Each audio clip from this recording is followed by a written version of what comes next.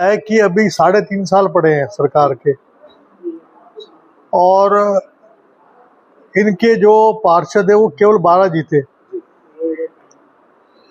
लेकिन जो है आपके उसके अंदर चेयरमैनशिप के अंदर एक तो सबसे बड़ी कमी ये रही कि हम लोग रेडी नहीं थे कि हमने सिंबल पे लड़ना है नहीं लड़ना। तो एक हमने जो है पार्षदों को हम टिकट नहीं दे पाए, जिसकी वजह से ग्राउंड रूट लेवल पे जो हमें सपोर्ट मिलनी चाहिए थी वो नहीं मिल पाई। तीसरी बात ये है कि 3.5 साल तो अभी पड़े हैं, लोगों ने कहा कि भाई सरकार बन रही है, और इंद्रजीत ने तो धमकी भी दे दी थी वह काम नहीं होंगे अगर आपने चेयरमैन को दूसरा कोई बना दिया। तो लोगों की एक कोई ये नहीं कि लोग खुश हैं सरकार से। आप बाजार में चले जाइए, आप गाली दे देंगे। अब अभी आप हालात देख लीजिए, पेट्रोल का, डीजल का, गैस सिलेंडर का, फलों का, सब्जियों का, हर चीज़ के अंदर जो है महंगाई हो रही है। तो लोग तो परेशान हैं, लेकिन जो है अपनी जो है फायदे को देखते हुए उन्होंने जो है। आप कह रहे हैं कि 3.5 साल आपका जो कैंडिडेट था सालुद्दीन जिला जो शहरी प्रधान भी है, वो लगातार आरोप लगा रहे हैं कि पार्टी ने उनके साथ जो है ठीक नहीं किया, ब्लैकमेलिंग की है। इस तरह के गंभीर आरोप वो लगा रहे हैं, तो कहीं ना कहीं लगता है कि पार्टी में कोई अंदरूनी फूट थी। वो तो उसका जवाब वो ही देंगे, मैं उसका जवाब नहीं दे सकता। मुझे क्या पता उनको किसने उनको ब्लैकमेल किया है, किसने ब्लैकमेल नहीं किया। उन्होंने 6-7 लोगों के नाम भी दिए हैं कि इन लोगों ने मदद नहीं की, अगर मदद की होती तो वो जीत जाते।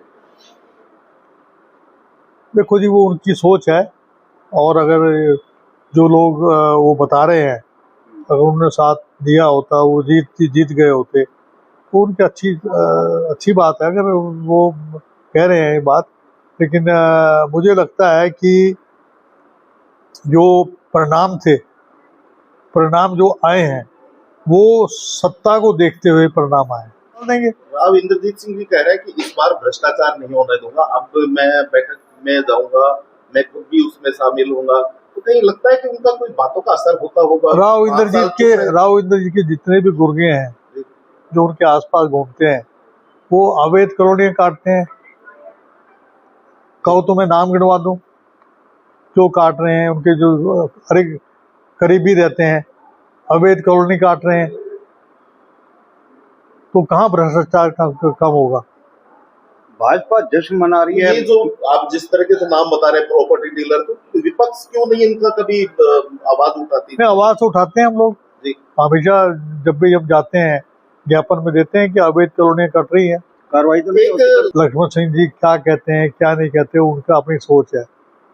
जनता इस बात का जो जितने काम मैंने किए हैं उसका भी परिणाम जो है मुझे मिला। मैं 6 दफा एमएलए बना, वो तो एक बार ही बने एमएलए। जब दोबारा चुनाव लड़ेंगे तब जनता जो है उनकी जो है परिणाम उनको बता देगी क्या परिणाम है।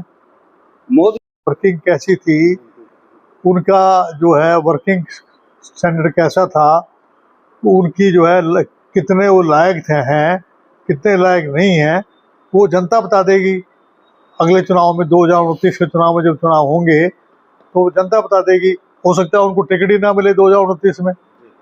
एक नई जो चेयरपर्सन आई, उनको क्या मशवरा है आपकी तरफ से? आप काफी अनुभवी भी है, 6 बार विधायक। वो तो पहले भी रह चुकी है, और फर्जी वोट के अंदर जो है वो फर्जी पेंशन बनवा के और उसके पैसे खा चुकी है, जिसका केस चल रहा है कोर्ट के अंदर।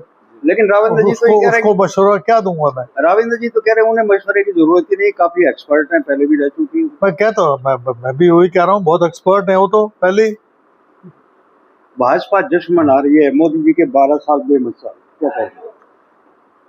मोदी जी के जो 12 साल जो हैं वो भ्रष्टाचार के ऊपर जो है चले गए हैं। अंडमान निकोबार के अंदर जो है ये जंगल काट रहे हैं केवल अडानी को फायदा देने के लिए।